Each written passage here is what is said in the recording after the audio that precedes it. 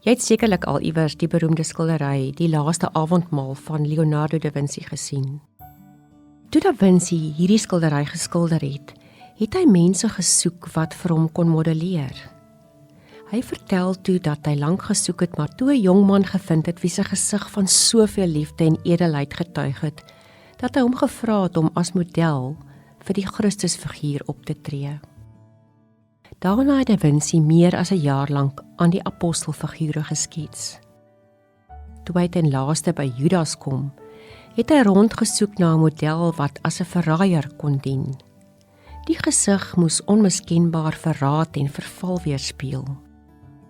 Na maande se gesoek het hy 'n jong man in 'n kroeg gekry en hom gevra om as die Judas-figuur te poseer. Hy het soos 'n Judas gelyk. Terwyl die man met die Judas-gesig vir hom poseer, het hy hom al beter leer ken.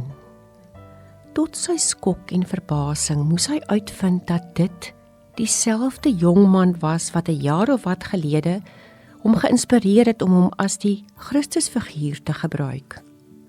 Die verandering in die jong man se uiterlike weens innerlike verwoesting, haat, nyd, verwyte, bitterheid en onvergifnis was so vinnig en so drasties dat Da Vinci hom nie herken het nie. Hierdie verhaal het my laat dink aan die waarheid dat hoe ons lyk en hoe ons praat iewers diep binne in ons begin. Daarom sê die Spreuke in Spreuke 4 vers 23: Wees versigtig wat jy dink. Jou denke kan jou lewe ingrypend beïnvloed. Dit wat in ons harte aangaan, skuif van ons dink na ons tong. Soos in Jakobus 3 vers 5. As 'n mens egter begin praat, kom jy agter wat daar regtig in die tong steek. Deur net na die tong te luister, sien 'n mens sommer hoe sleg die hele mens is. En van ons tong skuif dit na hoe ons lyk, wat ons doen en hoe ons is. Dis waar wat iemand eendag gesê het.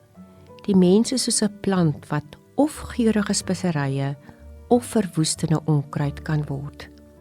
Wees dus bedag watter een jy die meeste water gee. Kom ons bid saam. Vandag kan ek maar net weer op my knieë val, Here, en Psalm 139 vers 1 en 23 bid. Here, U weet wat hier binne in my aangaan. Ek kan niks wat ek doen vir U wegsteek nie. O God, kyk of U my kan vertrou. Toets my gesindheid. Kyk of ek eerlik is. Help my op die regte pad en hou my weg van al die verkeerde. Want Here, ek sukkel, maar ek wil U lig wees. Ek wil U lig straal. Amen.